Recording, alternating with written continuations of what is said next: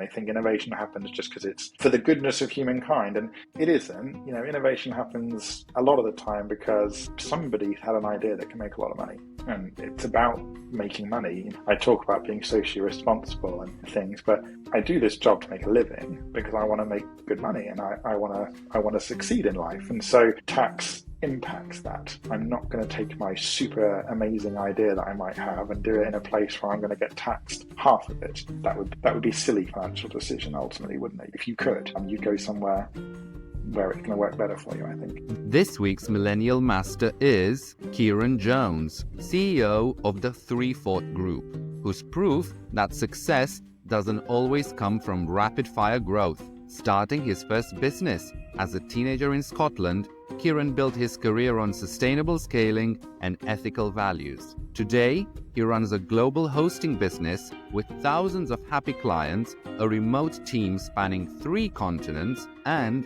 a reputation for exceptional service. In this episode, Kieran shares why playing the long game beats quick wins, how ethical business practices can drive loyalty and growth, and his honest take on tax, innovation, and why the UK needs to do more to support entrepreneurship. This episode is brought to you by Offwork.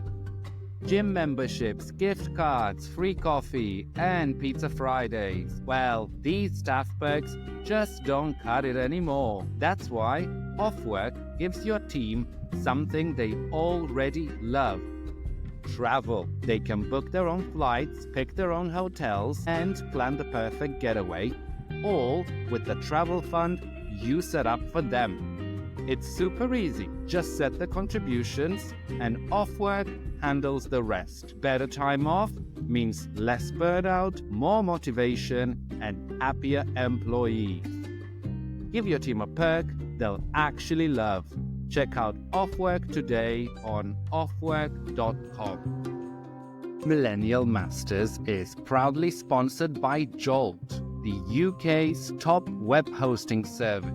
Whether you're launching a WordPress site or scaling up a custom app, every great project needs a reliable home. That's why Jolt has hosting plans starting at just £3.95 a month, with unbeatable deals on domain registrations too. Why Jolt? It's a no-brainer. There's no waiting around, with support within 30 seconds on live chat. Your site stays live no matter what, with over 99.99% network uptime. And you can also pay with Bitcoin or American Express, so you can rack up those points too. How good is that? Sign up today and enjoy your first 3 months free. Head to jolt.co.uk to get started. Kieran, welcome to Millennial Masters. Hey, thank you for having me. So, you started your first business back in 2013 as a teenager designing websites. What got you into that so early, and how did you find your first clients? Well, no, it was even earlier than that. I was a teenager, but 2003, so I show my age a little bit there. It was, what did I get my first client? I lived in Scotland at the time. I was still at school, and a friend needed a website. I think he decided he was going to walk across America, if I recall, raising money for a drug rehab charity at the time. He needed a website, so I built him one, and here we are. Somehow or other, here we are. So yeah, it all spiraled from there, really. Did you go to college, or did you take any courses for your web design, or was it something that you learned by yourself through the magic of the internet? No, I learned it by myself. No formal training at all. I've always played with it, with coding and with building websites and things. It wasn't even. I'm trying to think back. I don't think I even used the internet. I remember having a really big, thick PHP book. I used to read a book, work out how to do things, and read up on it. Very old school. These days, I just Google or ask the AI how to do something. But back in the day, it was HTML and books and coding. I think I built a pretty good website. He was able to post little updates and videos from his walk. And yeah, I think it was well received. I remember it. I remember it well. I remember following it and giving updates as he trekked across. So it was an interesting first start in sort of proper web design. That And if I'm right, you then later joined forces with a friend to also host websites for your clients who you were designing websites for, right? Yeah, no, exactly. Shortly after I built that first website, I started hosting some email and domains when people didn't really have their own domains. I mean, back in the day then, people used to have their NTL World address or their Virgin Media, or not Virgin Media, didn't exist in 2003, but all those people, Not and you even changed your Gmail. ISP and not even Gmail, before Google, before 2003, I can't use that, before Google it might be, but it was early days. Um, so I started encouraging my aunts, uncles, parents. We got our own domains registered and we set up email. I think it was my first sort of account. I think it was a reseller account with 34SP. I think they're still around, but it was early days of Plesk Control Panel, like very early days of Plesk. And we hosted that, and then you have friends or a builder or a friend who need a website or a church. Churches are a good source of business if you attend a church or somewhere. So, Listen up, people, that's that's a good tip. that's it. Churches, social clubs, all those captive audience you see, and they don't know how to build websites often. So it spiraled from there. And I remember having upgrading from a reseller account to a dedicated server. And I think there comes a point, I think anyone who runs a web hosting company will know this. There comes a point when you're now doing half your time administering servers more than you are selling things or doing websites. And that's not necessarily an area of expertise of mine. Like I'm pretty capable, but there comes a point when technical know-how has got out of hand. So my friend Edward, at the time, we went to sixth form together. We studied computer science together. So I asked him for help, and him and his housemate Matt were starting a business. They were trying to decide what to do. They had a bit of tech stuff in mind, some community Wi-Fi stuff they were thinking of. And so I said, well, how about, you help me do internet stuff, do hosting, because I've got no idea what I'm doing here. This server is a lot. It spiraled from there, really. I mean, Ed's got so much technical know-how that, that made a huge difference and meant we could grow much, much faster. So that was back in the early years of the internet as we know it today. How did you Yeah. scale from a tiny, tiny startup to servicing hundreds and now thousands of clients across the world? That was quite a big leap. What was the turning point for your business? It's a big leap, isn't it? It's a really hard leap as well in our industry. I think any industry to make is that leap from being a little side hustle, a little business. At the time, I was running this business while I was at university. I was studying psychology. I was at university.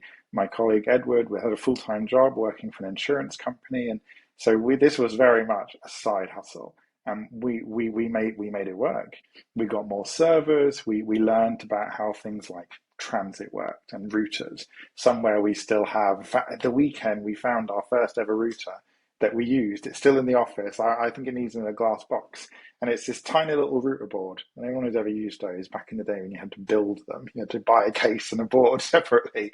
This thing is labeled Freethought Router QoS, and it was back when we only paid for 10 megabit of transit, and we throttled it down to 10 megabit to avoid overages.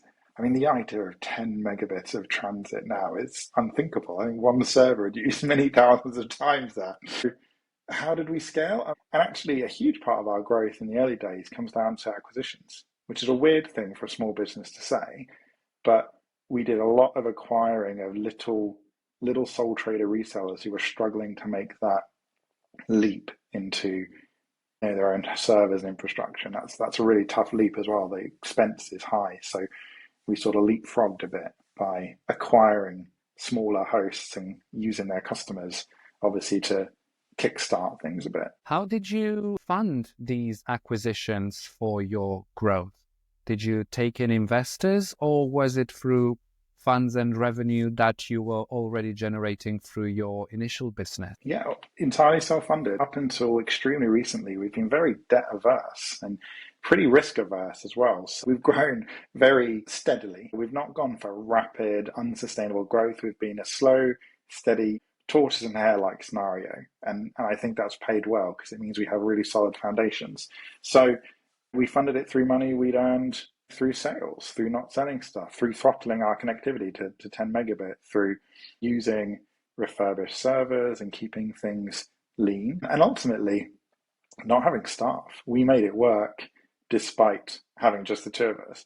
And actually, up until last year almost, it was still just myself and Edward. And until we rolled Host Lincoln into our company, it was just the two of us. We had Nick as well. Actually, I shouldn't ignore him. We had essentially the two of us doing this for decades. Getting to where we are. Customers are happy, big customers are happy, and slowly growing and acquiring businesses. So slow and steady definitely wins the race, I think, to some extent. So Jolt, as people know it, or Host Lincoln, as you mentioned, was the merger you've done in 2023. How did that opportunity come about, and what made it the right move for you? I mean, we've known Matt for such a long time. Not so much, I haven't known him as much, but certainly Ed has. We've known him. He lives obviously in Lincoln, where Ed lives, and I went to university in Lincoln, so I'm from the city, sort of. I think it was a case of strength in numbers. Our industry is one that is not so much growing, and actually consolidating makes more sense at this point in terms of maintaining growth and sort of momentum. Merging with Matt rather than acquiring as we have before, this would be a first time we've given up equity, for example, but actually makes a lot of sense. It gave us a lot of things we didn't have in terms of Jolt is a more agile consumer-facing brand, whereas Freethought Internet is more of a sort of bespoke, high-end sort of host. It's a different style of hosting, so it works really well because you've got different ends of the market within the same group of companies, but we can then draw on each other's strengths. Jolt has our solid sort of technological network that they can now rely on, and we gain their amazing staff and their sort of agile way of doing business, which doesn't work in the Freethought brand, but allows us to do things in Jolt and then roll out to the rest of the group. So it's a good way of doing it, I think. It just made sense. Hosting is, like many other industries, including media, dominated by giants. How are you navigating your way through a world dominated by giants and still succeeding? What sets you apart? It's a really good question, actually, because the hosting industry is full of huge companies. We're talking like billion-dollar hosting groups, and they own brands that we're all familiar with. People on TSO host or 123reg or GoDaddy, and they're all the same company. We have people say, I'm going to move from 123reg to GoDaddy or whatever. They're the same. You're moving from one part of the same group to another. What sets us apart from that? Ultimately, we are all selling the same thing. There's only so many ways to sell domains and hosting, so what actually sets us apart? And that's something that we've worked on a lot. And I think the thing we rely on most is that those huge companies just aren't very good. You're not going to get customer service. You're not going to get the personal care. You're not going to ring up and have someone recognize your voice and know, oh, it's you. How are you doing? You moved house. Did that happen? And you get that with us because whilst we have a lot of customers, we have many thousands of customers, we remember it's part of our whole business identity is about providing truly exceptional customer care. And we have this whole style guide, which is titled Be Exceptional. That's everything we do is about our support being exceptional. We're going to go above and beyond. If someone needs your email doing, don't just send them to a guide on how to configure Outlook. Get on the computer and help them, talk them through it. The staff are there, they need help. And that makes a big difference because you end up being frustrated, stuck on the line with some remote support person or whatever at a big company. They don't know who you are, they don't understand the problem, or they're not going to take the time because they're driven by unreasonable targets or something. Our target is just to be amazing. And we survey our customers. I think I should have looked it up to check, but in the last report I saw, 100% of customers would recommend us to a friend or colleague. So 100% NPS. You can't really argue with that. I think last time we had an audit from one of our ISO auditors, I had to evidence it because they didn't believe me. When I said we had no complaints, they didn't believe me. I was like, well, we're good. We don't have complaints. We don't upset our customers. They are happy. And I think that's what else can you do? Hosting its domains, you have to set yourself apart by experience, by customer, or values as well. Is a huge part of what we do in terms of how we conduct business and what's important to us as a business. So how big is your team now servicing thousands of customers across the world? I think we are 24 strong now. I think we're in 3 continents, in like 5 countries, 6 countries. I lose track. Yeah, so we're a lot bigger than we were 18 months ago. So we're now 24 strong, I think, in the last town hall. So quite a lot bigger, but still very efficient. When I took other hosts, you look at like revenue per head, we're doing pretty good in terms of efficiency, in terms of getting revenue and not having hundreds of staff for the number of customers. There must be certain challenges with managing a team spread out across 3 continents, working remotely to a certain extent. What did you find are the keys to managing remote teams effectively? You'd think it would be a challenge. And honestly, when you ask the question, I think to myself, wait, what have we done? I don't think I've done anything special, to be honest. I think we encourage a work environment that's fun, that's relaxed, that's respectful. And I think an element of autonomy. I have this conversation with my team and with managers, like sport manager or whatever, like, oh, can I do this? Can I do this? I'm like, yeah, knock yourself out. I'm not going to tell you how to do your job. Like, I'm interested in the output, not really how you do it. So if our support staff are delivering support, so long as we're responding to tickets in a timely manner, we're answering the phone, we're delivering live chat, I've never had a reason to worry about the remote working. And many of our remote workers are based in Ukraine. So they have huge amounts of challenges of their own, and yet they never miss a blip. They never miss a step. Like, they are incredible. And just get the job done. Tickets are answered, things are dealt with, customers are incredibly happy. There's not really any issues. We chat a lot. There's an awful lot of talk on our Teams channel. We used to use Slack, but we switched to Teams, so it's a bit more threaded and a bit more manageable. And we encourage sharing fun. I share pictures of my daughter's pumpkin carving, or rather my pumpkin carving, with the team. We have a bit of back and forth. We had some northern lights the other day. We shared pictures of northern lights out of our windows. It's about being relaxed. I've been trying to set up a gaming night because I fancy playing Unreal Tournament or like Counter-Strike with the team. So I'm hoping we can get them to play some games. So I think that's important. You just want to be relaxed, respect people, trust them. Working remotely is no different to an office. There are lots of companies out there that seem to be dragging their staff back to offices, and I don't understand, because I don't really think it affects productivity, and I think it means a lot to staff to be able to have a little bit of flexibility in terms of being at home. They can get deliveries, they can pop out to a doctor's appointment, or it's just nicer, isn't it? It's cheaper. There's so many benefits. There must be some challenges, though, especially when you have a big part of your team operating from an active war zone, like you said. What's your reflection on that? It was interesting when Joel joined the group, and we were like, right, we're going to manage this, and we have processes. We have our like ISO certifications. We have to do risk assessments and stuff. And I've never had to do risk assessments for like air raids and missile strikes and things before, but actually it didn't require a huge amount of thought, because the team are it doesn't really come up. You'd think it would come up all the time, and it doesn't. They're just getting on with work. You wouldn't know day to day talking to them that anything was wrong. The other week, one of the team couldn't join our weekly leadership call because he had a power cut. There was no power. His batteries had run flat. It happens. It's probably one of the only occasions I can think of where actually the war has impacted our staff or operations, and it didn't impact customers in any way. It hasn't. We think about it, obviously. We support the team as best we can. We make sure they've got what they need. If there's anything, I'm always saying, if there's things you need, then tell us, and we'll do what we can to help you. We support our staff when they've relocated as best we can, when they've had to, some of them are in different countries now, in the Netherlands or in Spain, and so we help them as best we can with that. But honestly, the Ukrainian people are astoundingly resilient. People talk about heroic World War II Britain. They've got nothing on Ukrainian people, as far as I can gather. It's very impressive. I would love to visit and see the country, because everything I hear sounds amazing, and I obviously can't at the moment, but I look forward to being able to one day. You said you're a believer in doing the right thing, from Yeah. paying fair tax to paying the living wage. Why is this so important to you, and how do you make it a priority in business?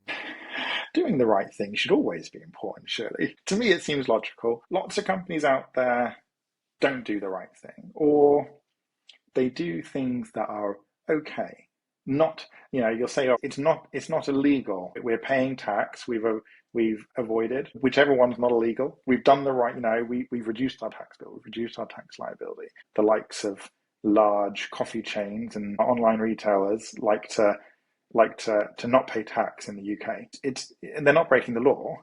They're operating within our tax regime, but that doesn't make it okay. I think it's really important. We have our fair tax mark accreditation. We publish our profit figures. We publish what percentage of that gets paid as tax. We justify things like R&D claims. I'm not interested in reducing tax bill. I think it's a socially responsible thing to do.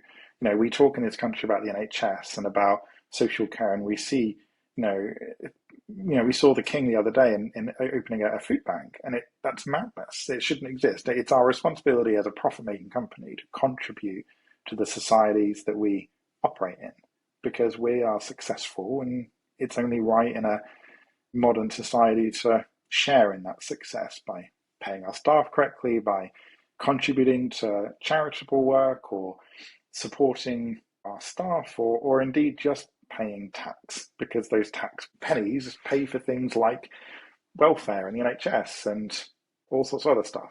It's not to say the government always spend the money correctly, but we've done our best. We've done the bit that's correct. I think that's important, and our customers value it. Quite a while ago, we had Ethical Consumer Magazine audit us and talk to us about everything we do in a business. I think they rated us 17.5 out of 18.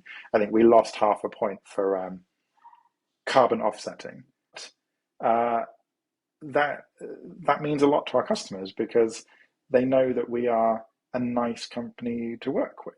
They can call us up and we're going to know who they are. They can trust us to give them legitimate advice. We're not going to be like some of those large hosts who, oh, you've got a question, oh, you need to buy this SL star, oh, you need to buy this extra backup service, oh, you need to buy this or this or this. You want to transfer provider? Yeah, here's a cost to get your EPP code. That's not okay. It's not necessary, because actually I think taking an ethical stance to business is more profitable than not. I think it resonates with our customers so much that actually they like it. More people come to us and value us because of it. Some people want our ISO 9001 certs. They want to see we have cyber essentials, and they want infrastructure and stuff. But then a lot of them are like, they know that we're trustworthy, that we are someone they can, and I think that's important, especially when you're spending a lot of money on something critical to your business.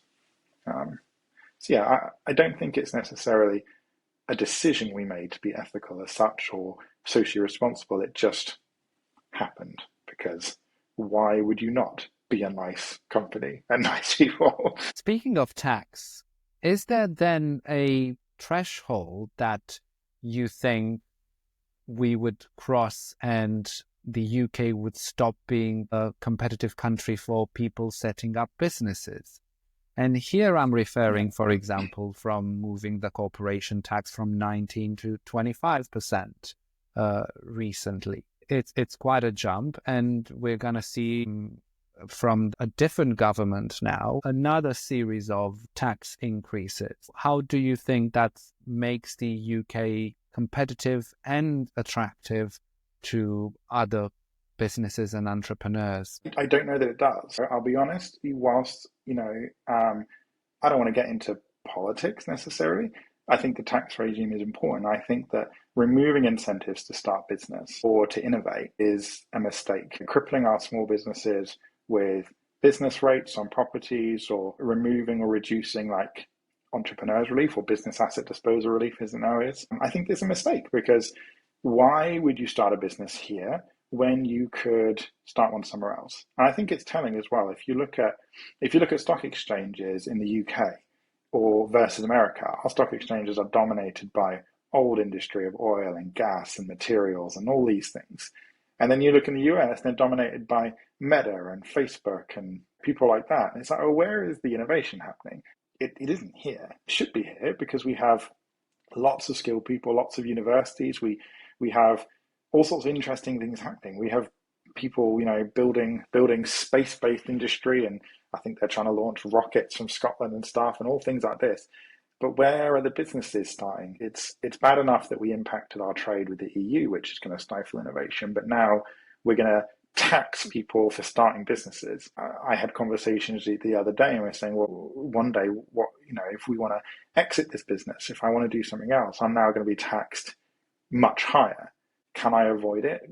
There might be mechanisms to avoid it. I don't know. And it's trying, isn't it? For a company like ours, we're saying, okay, we want to pay a socially responsible level of tax.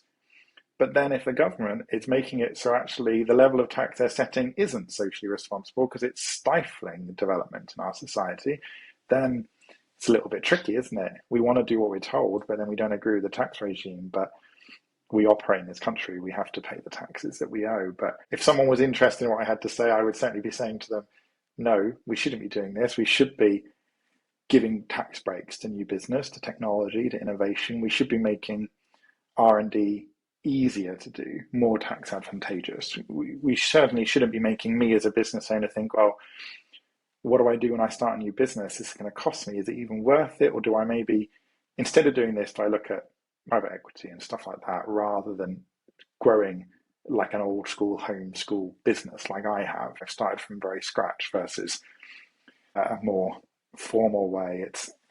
I don't know. It doesn't seem like it's a good idea to me. I do think that they should do more to encourage that, and they're not. They talk about teaching STEM in school, and that's amazing, and we want to encourage that. But what are they going to do with those skills? They're all going to move to America or Europe or Germany or Middle East, or I have a brother who's just moved to the Middle East for lots of reasons, but tax is a huge driver in that. So it makes no sense.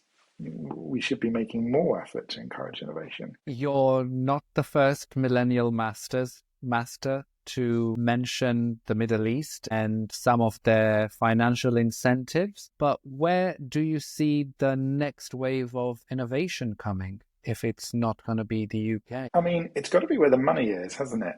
We talk about the Middle East. I don't know if that's necessarily innovation in the Middle East or whether it's just a vast amount of money. But with money comes innovation. If you've got lots of money, if you want to do something astronomically expensive but cool, you need money. So you're either going to go to North America, where there's lots of it, or you're going to go to where else is there money? It's going to be the Middle East, isn't it? I don't know if there's innovation in the Far East. I presume that China and Japan have innovation. I don't know much about that, but to me, it's going to be where the money is and where the tax regime makes sense.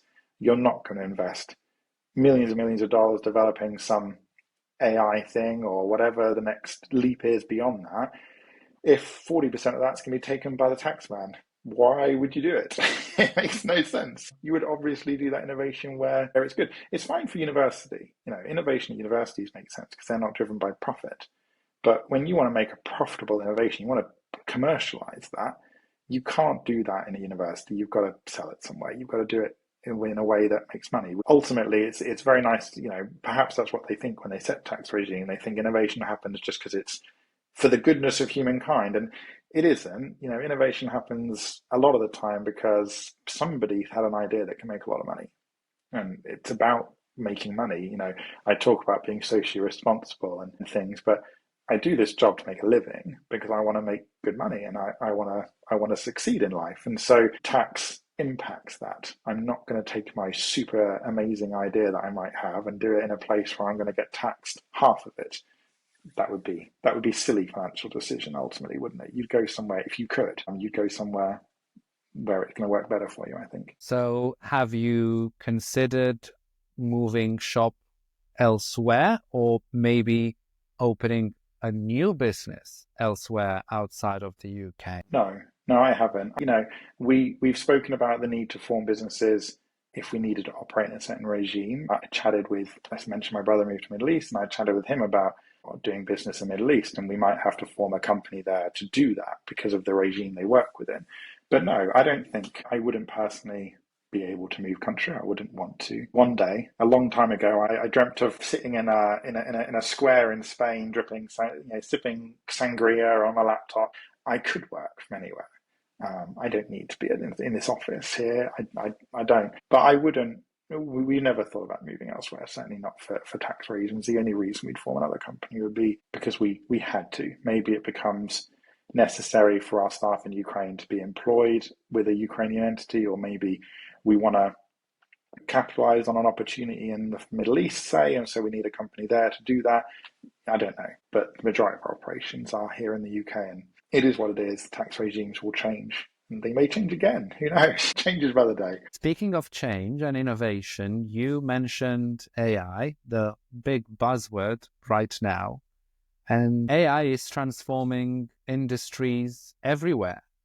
Do you see it as an opportunity or a threat, both for businesses and the workforce? I think that, yeah, I could see that many businesses would think of it as a threat.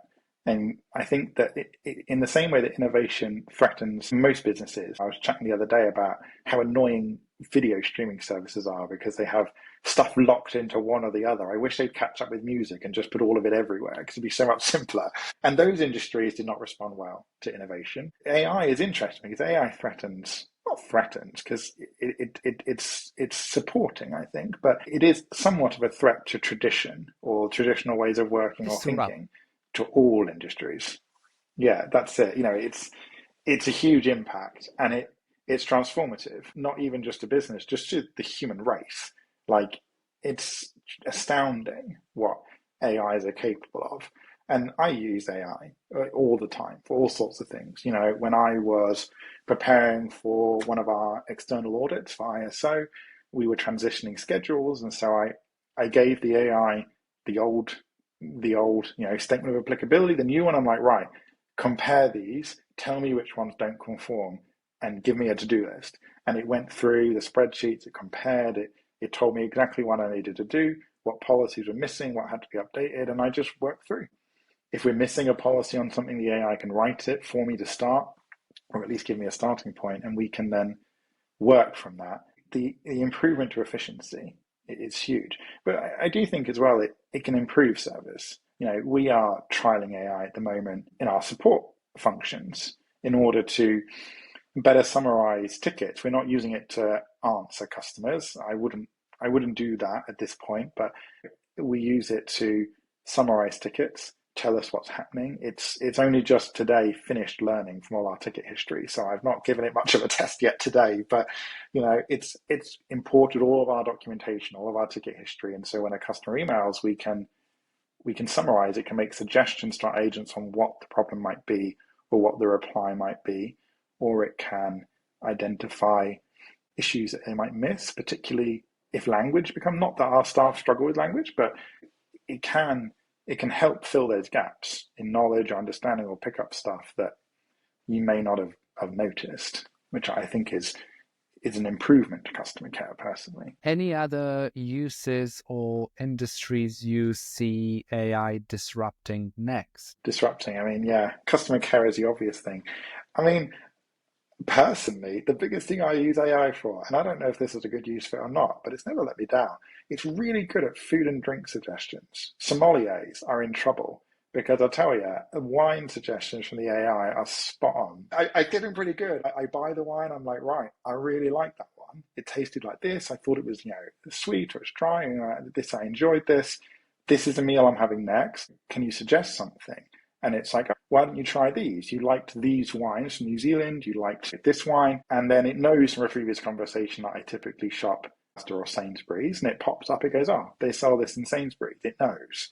That's amazing. It makes a huge difference there. It can also make a difference for people who need help in terms of accessibility. I think there's a huge potential there for helping people with comprehension. If they've got any sort of brain injury, or if they've got a learning difficulty or anything really like that, AI is able to really help people comprehend what's happening, summarize things, summarize problems or what to do next to help them through all sorts of stuff. So I think there's a real potential to empower customers in terms of their rights or what they can get.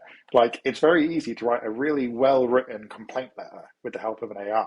If you wanted to quote all the legislation or help you understand what's happened in something, or even just summarize something you've read. My partner's reading a book, and she was saying it's complicated, so she asked the AI to summarize this bit of the book, and it tells her what's going on. If you're reading a complex book, that's pretty cool. Yeah, so Which models are it you touches everywhere. using or have trial? I almost exclusively use ChatGPT, which I think is the 4.0 model it's using at the moment. That it's amazing. I mean, given that it feels like only a year or two since we first got introduced to ChatGPT and what it can do now.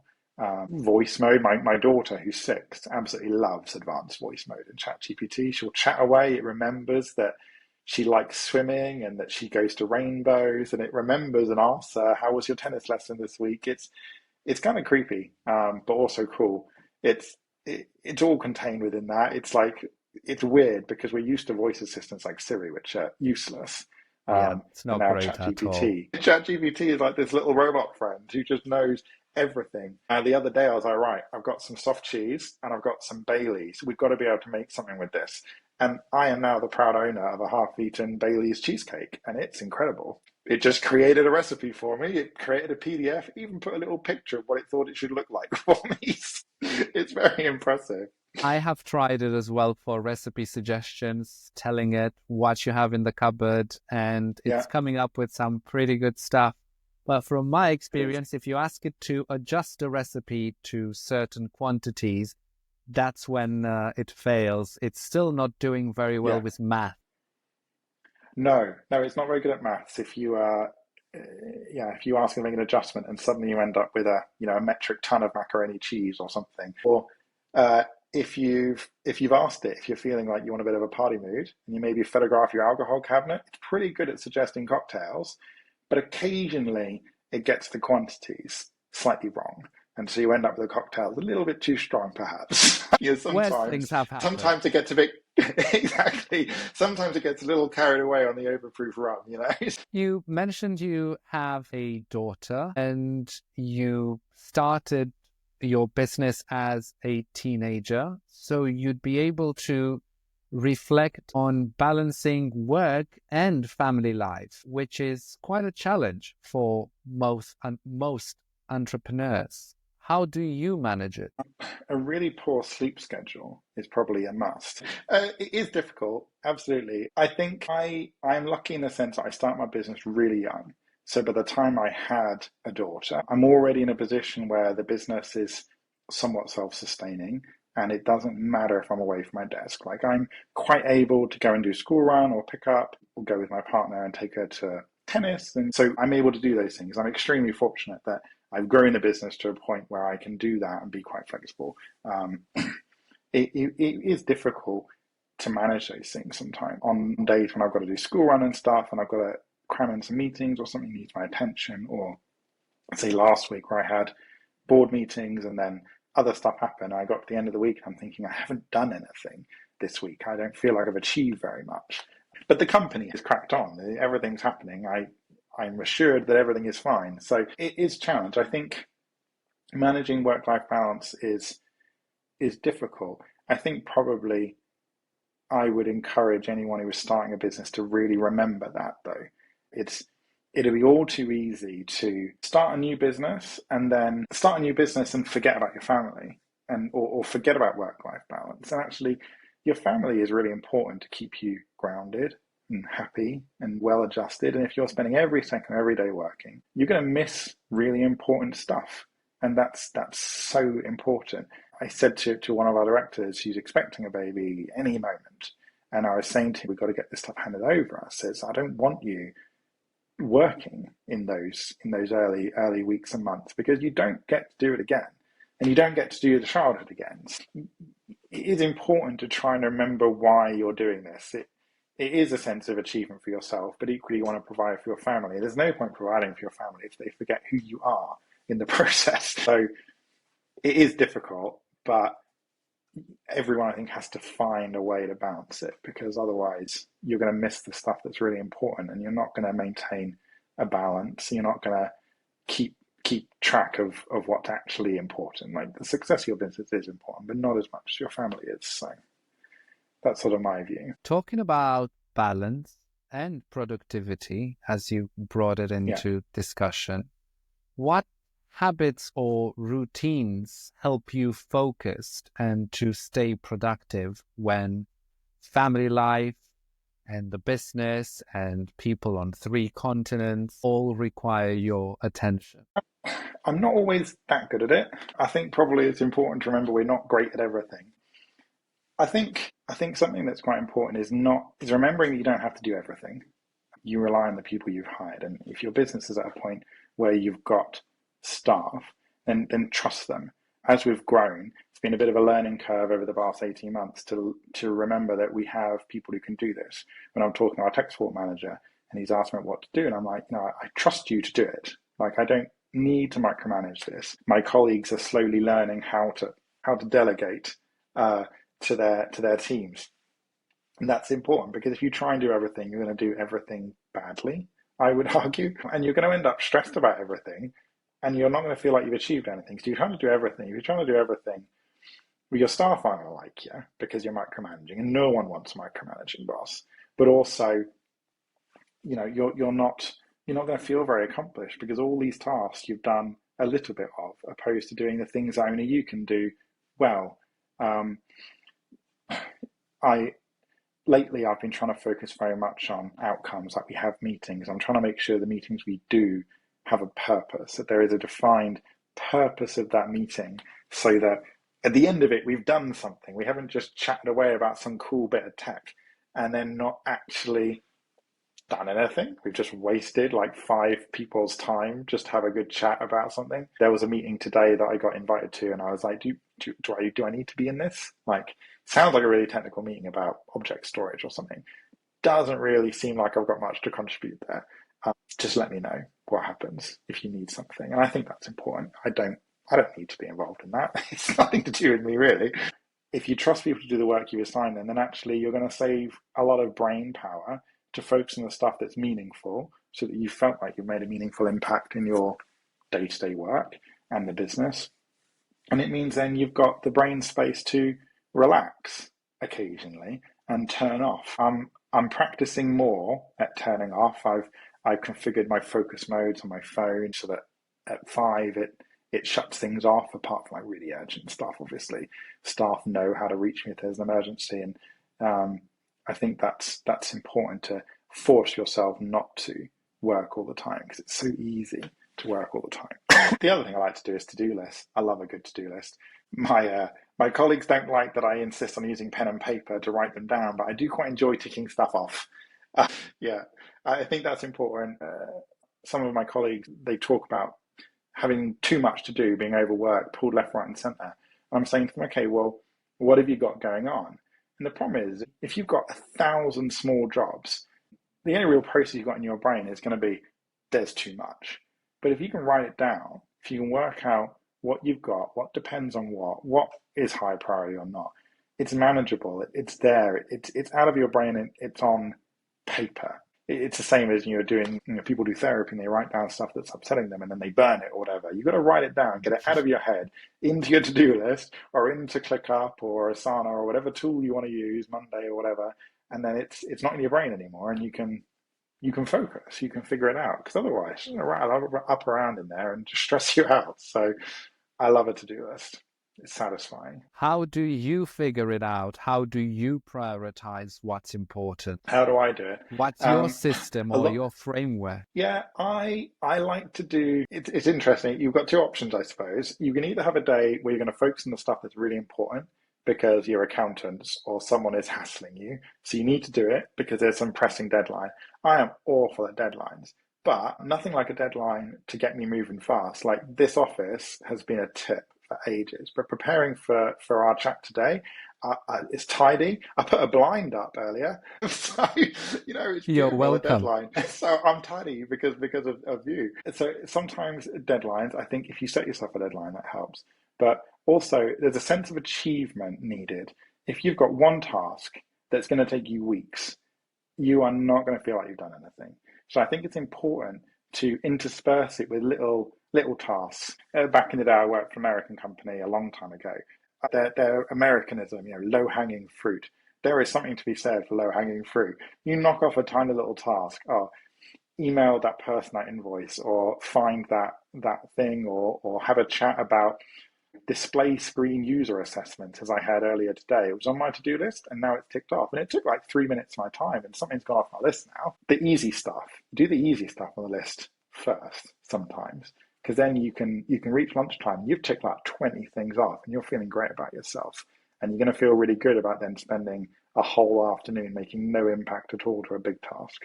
So that's my preferred way of doing it, because I like the dopamine hit of ticking stuff off and then I can focus on something big. What are some of the biggest leadership lessons you've learned on your journey so far, now that I got you to look back a little bit, back to your teenage years? What are the lessons I've learned? I think probably one of the bigger lessons to learn, actually, even more recently, is that I'm going to make mistakes and that's okay. I'm going to get it wrong. And that probably applies to our personal lives as much as it does work, but we are not perfect. No boss is perfect. No CEO or managing director or team leader, no matter where you are in that org chart, you're going to make mistakes and you're going to mess it up and you're going to upset someone or say the wrong thing. That's okay. Like, it doesn't matter. It's okay to upset people. And I think the most important thing is being reflective on yourself and getting to the end of the day and going, okay, that went well, that I could have done better. Or this I didn't do well at this. We had a board meeting the other week and I went to the board with some proposals and the response was, well, where's the forecast? Where's the model? We needed these numbers. I'm like, I'm really sorry. I didn't have time. Like, I know we need them. My bad. And I think just accepting that and being humble to some extent is a good thing. You can't be this all-knowing boss at the top of the org chart who always gets it right. And I think there's something to be said for just accepting you're going to get it wrong sometimes. So I think that's a super important lesson. I think the other thing I'd probably, whilst I said earlier about the risk averse and the financial strategy helped, I think, to be honest, there's something to be said, and something we're doing more of now, is occasionally you have to take a bit of a risk. You've got to take a leap. You can't just play it safe all the time. And I think as a company, we need to do more of that. And we are doing more of that. But I think it's a mindset change, isn't it? It's safe. It's comfortable. We can keep doing cPanel, Plesk hosting, domains, easy, safe, sensible stuff all day long. And we can stick our head in the sand and ignore the changes in the industry, ignore AI, ignore the rise of SaaS solutions and stuff, but then we get left behind. And it is expensive to do those things, or it's scary to do those things where you have to hire staff or develop something. But you kind of have to, because you're not going to get anywhere just selling the same thing everyone else does. You need to take some risks. So I think lately, I'm learning that maybe we should have been more pushy, a little bit more aggressive in terms of coming up with new products or features, or even things like sales stuff. Like, we as a company, we've never done marketing or advertising really. We do on Jolt's side, but from where I started, we've never done any of that. We have no sale. We still to this day have no sales staff. Probably should get some of those, is our current thinking, because I feel like we probably sell more if we had sales staff. So, but how? What do I know about selling sales staff? I don't. I've set up meetings with people who do. I've accepted that I don't know what I'm talking about. So I'll find somebody who does, and I'll rely on their expertise. And I think that's important. Acknowledge it or not. Accept that you have gaps in your knowledge and expertise, and find someone, learn from them, read a book, watch podcasts. That's all. Listen to podcasts. That's all you can really do, isn't it? It's I think the sooner you accept that, and then you better yourself as a business owner or a leader, or just as a person. So you touched there on continued self-development through non-traditional methods of education. You mentioned podcasts, you mentioned YouTube videos before. Are there any business books or non-business books that have really inspired you in business or changed your mindset in recently? Not really. I think I read lots of books. Matt is great at giving me books, and I read loads of them.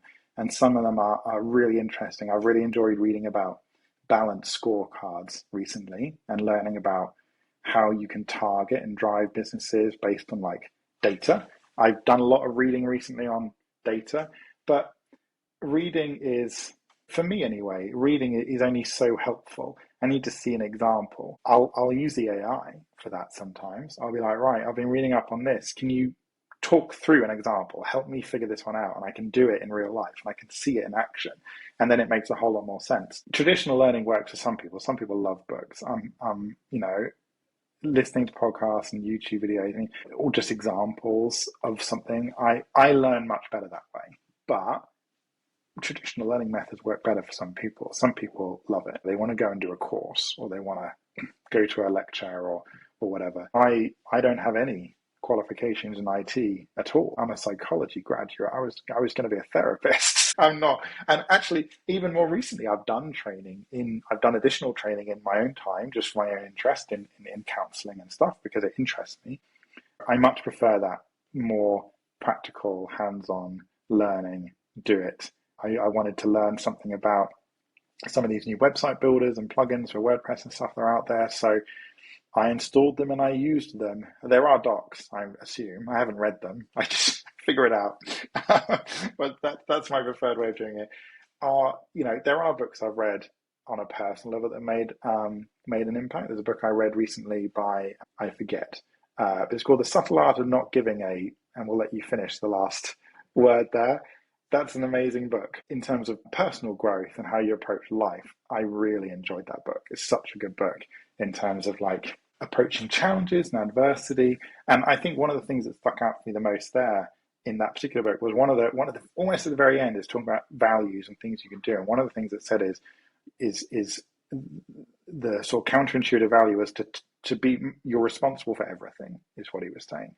That you may not be to blame for everything, but you're responsible for how you choose to respond, how you choose to own that. So if something happens to you, whether it's bad, it's work, it's business, maybe a relationship ends or a family member dies or anything really in life that's challenging or work, and maybe you don't get a promotion or you don't get a pay rise or you have a bad performance review.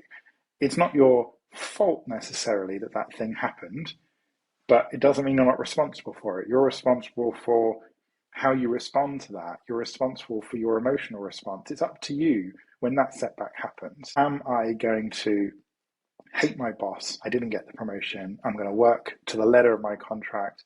I'm going to just really self-destruct a little bit internally for a while. Or am I going to go, right, okay, they've given me some feedback.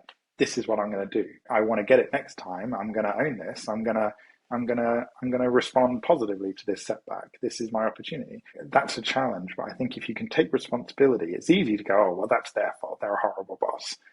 Well, that's not going to get you anywhere. It's not going to make your life better. It could be a natural response, however. Yeah, it's not a helpful response. You're responsible for everything. Of that book, that's probably the thing that stuck with me the most. You're responsible for everything that happens in your life is your responsibility in terms of how you respond, what it means to you, everything like that. And that was quite a key moment when I read that book. It was like, oh, yeah, that's good. I can choose. That person's upset me, or this thing's annoyed me, or I'm frustrated that I didn't have that stuff ready for the board meeting. Okay, what am I going to do about that? I'm going to get better. I'm going to deal with this. I'm not going to get upset about it or frustrated that people haven't agreed with my proposal. I'm going to own it. I think that was a key learning moment. Occasionally I learn things from books. That one. I'll make sure I include this one in the show notes. Yeah. You mentioned your board several times now in our discussion. Yeah. And a lot of entrepreneurs start solo or without having to be giving too many answers to other people. And in a way that can be addictive. And I know it from my own experience. But then a board can change everything. What are your reflections in introducing a board? having a responsibility towards them and also managing their expectation? I mean, it's a learning curve for me. It's something new. I'm extremely grateful to be made the CEO of this group of companies, and I'm going to do a good job. And I think I'm accountable to the board. And many of those board members are also work within our organization. They're our CTO, or they're our managed services director, or product development director. So many of them I work with, but at a high level of strategy. I enjoy the challenge, the challenging friend, I guess you would say, that I've come up with this scheme and I'm saying, right, well, I think we should do this and it's going to cost this much. And they've said, well, why? Why do you want to do this? Why do you want to buy that company? Or why do you want to expand to this industry or this product? And knowing that I'm going to be asked those questions means that I have to think about them. It's not just a case of going, well, that seems like a good idea, because I know that someone's going to ask me, okay, well, why is it a good idea? What is it going to cost you? What benefit is there to us as a business? Is it going to generate revenue? Is it going to generate profit? Is it going to upset our customers if we move into that industry or we move into that product? Those are all questions I might not have thought about. If you're just living in your own head, just calling the shots, dictator style, in a smaller business or a business where you don't have that more formal board set up, I think you're more prone to make mistakes, but you'll learn from them, hopefully, if you're introspective enough and can reflect on that. But you also, by embracing the expertise of other people, you can learn off of them. All of our board members, our directors, have different styles of business. They have different expertise. Some of them are more conservative and they don't really want to push too hard. And then some of them are really just like, go for it, just the next big thing, just constant fluid change, just this is big, do this is big, do this. And then some of them are a bit more reflective and they'll be saying, well, what do we think? Do we need a salesperson? Or we might have a discussion about hiring salespeople. And then we'll have a long discussion from some of our directors saying, well, do we have the right processes? Do we have the right mechanisms, the right funnels to actually make the most? Are we just going to spend loads of money on this person and assume they're going to magically bring in loads of sales? Well, no, actually, when I thought about it, I'm like, no, you're right. We're going to hire a salesperson, but that's absolutely no good to us if we don't have a way of converting the sale to actually provisioning the service. We can have this sales guy going out all day long selling servers, but if our systems team can't provision the servers fast enough, then we've got a problem. Capacity planning even, and budgeting for our network and our growth and our kind of connectivity, all of that is important.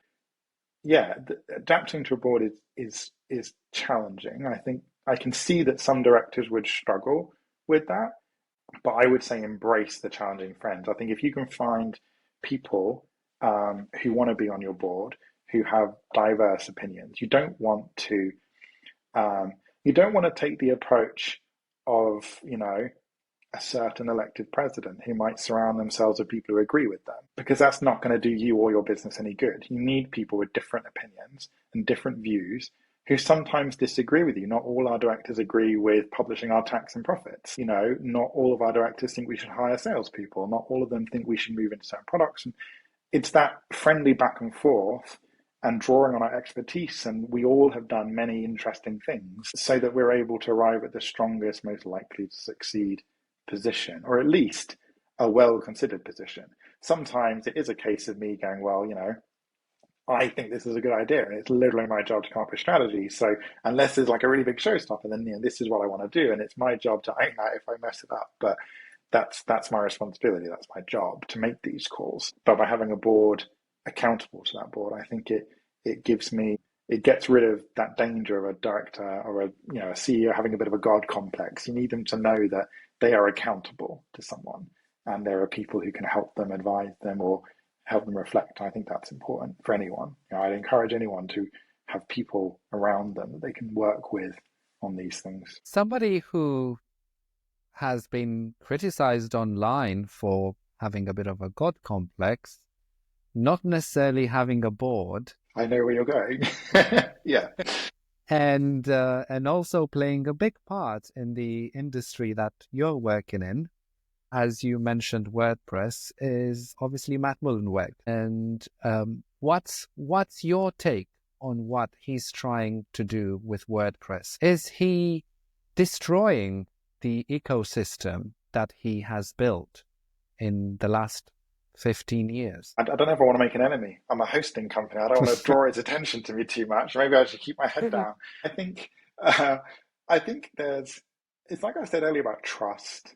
WordPress.org, as a foundation, is the software, not the commercial arm. Automatic and WordPress.com, they produce a piece of arguably critical infrastructure.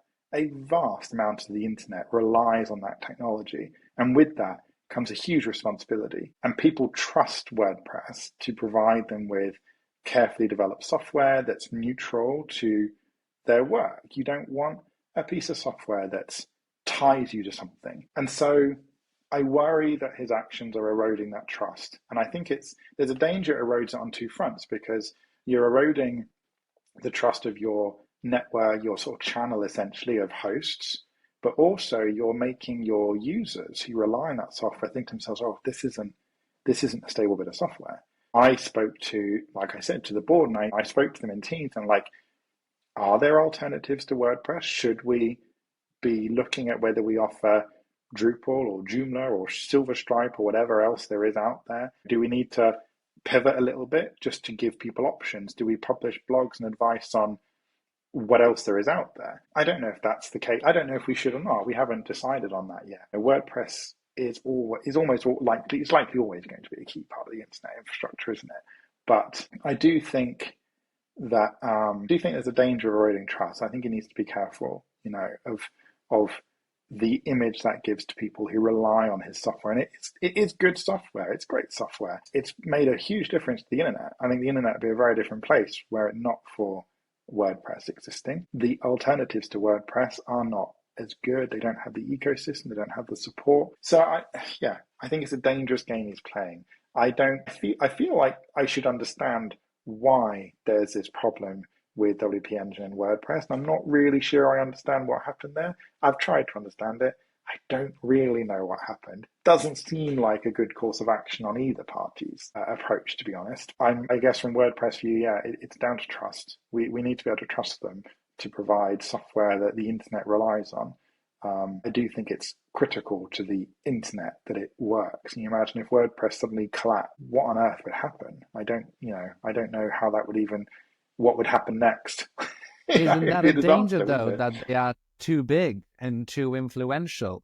What alternatives to WordPress would you advise a client who would be looking at having a self-hosted website? Because a lot of the other alternatives, if we're looking at blogging and we're thinking about Substack, or if we're looking at e-commerce and we're thinking, say, Shopify, they are all externally hosted and you become part of a different platform. Yeah, absolutely. Alternatives. It's interesting, isn't it? Because were WordPress any other industry, a commercial industry, you'd be tumbling down an antitrust scenario, because there's too many. It's a competitions issue. There's too much in one plate. But open source software apparently is immune from this. So when the open source community, then it all falls apart because of one key developer. I think it's like it might be an XKCD cartoon where there's this huge stack of little blocks that open source software relies on this one tiny project run by one guy in his bedroom, and it all falls apart. You've got one guy seemingly in control of WordPress, and it's eroding trust a little bit. Are there alternatives? You've got Drupal and Joomla, and there's hosted solutions like Substack and Medium and stuff like that. Ghost, I quite like Ghost. A lot of my colleagues who are quite technical don't, because it's all Node.js, and I think Node.js is a bit DevOpsy, isn't it? It's not very traditional systems. I don't think, we're working on Node.js hosting, in some of our products to make that better. We have customers who host Ghost blogs. I quite like it, but I don't think that there is a good alternative of the scale that WordPress is. You think WordPress can host huge shops, huge blogs, massive websites. There's not really very much that WordPress can't do. Arguably, you want to host a big shop. There are better ways of doing it from a purely technical point of view, but from a user perspective, being able to Google how to do it. Customer came to us and they're like, we want to sell chocolate on a subscription. I'm like, okay, we will make it happen. And we searched, we Googled, we researched, we're like, there's a plugin. We can make a chocolate subscription for you in your website. And we did. So now you can subscribe to chocolate, which sounds delightful. Doing I'd be that down in for something, Oh, 100%. I like how I think one of the options is like a weekly chocolate box is the way forward. So I think that there is a challenge there in that is not really, in my opinion, a good self-hosted alternative to WordPress. There are alternatives, but they are not going to be anywhere near as capable as what you get with WordPress. They're not going to have the documentation. You can YouTube, you can Google, and it's very quickly going to tell you how to do something in WordPress. You're not going to get that in some alternative. And you're right. You could use something like Wix or Shopify, but then you're stuck. You're a bit of a prisoner. So you build your massive e-commerce business in Shopify, and they triple their prices, and you're stuck. And you're just going to have to suck it up, and it's going to cripple your business potentially. So WordPress, yeah, it's a cheap way of doing it. It's efficient. It's well supported. But if it becomes unstable, then the cost of paying Shopify might be more worthwhile versus the potential cost of WordPress disintegrating around you. I don't know.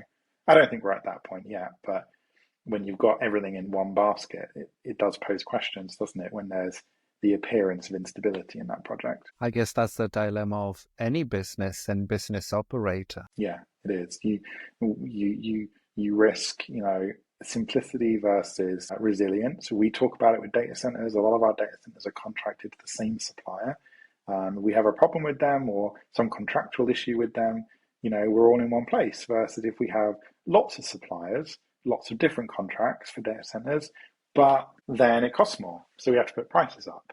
So do we put it all in fewer data centers, or do we have lots of them with lots of contractors, or do we, as we are at the moment, still somewhat dependent on one supplier for our primary data centers because it gives us the best balance and we mitigate that risk as best we can. It is a challenge, and I don't know that there is a correct answer. I think businesses have to look at the risks like they would anything and decide what they're going to do.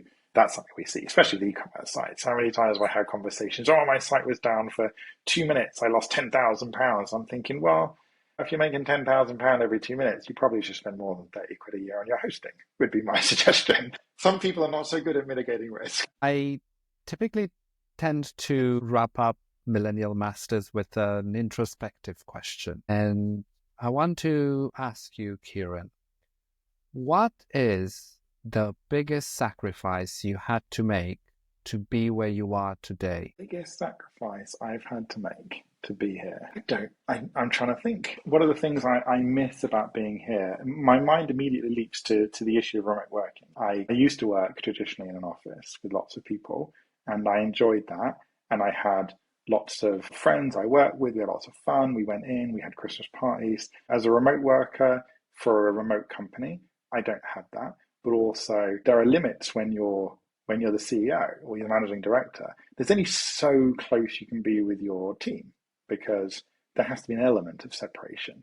So I think they say, oh, it's lonely at the top. And I don't view myself as being some big boss of everyone. We chat and we're friendly, and I hope that the staff don't like talking to me and they're not scared of me as the boss or something. But certainly I don't think the directors are obviously aren't scared of me because they're my co-directors. I've worked with them for a long time. Edward definitely isn't.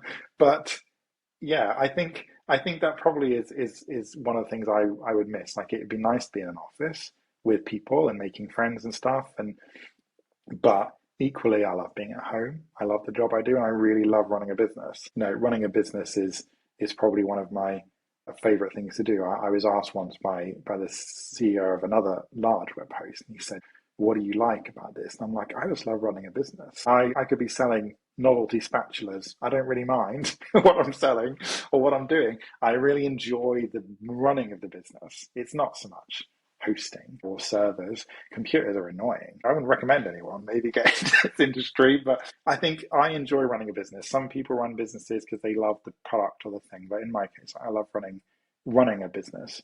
That does require some sacrifice in terms of effort or time. I do lots of meetings. Sometimes I have to work late. I have to travel. That's a necessary part. But just like with risk, you're balancing risk. Okay, you've sacrificed some nights because you've worked or you get to travel, but also you're paid well for your job, you have a sense of success, people, they want to talk to you, they're interested in you. I'm here talking to you. And I had some major imposter syndrome this one. I'm like, a master, like I'm a master of something, I don't know about that. And I'm assured, I was like, well, clearly someone thinks so. So here we are. There is a balancing act when you're running a business to sacrifice an element of your work friendships. You take on more responsibility, but you're also taking on a sense of achievement or pay or perks.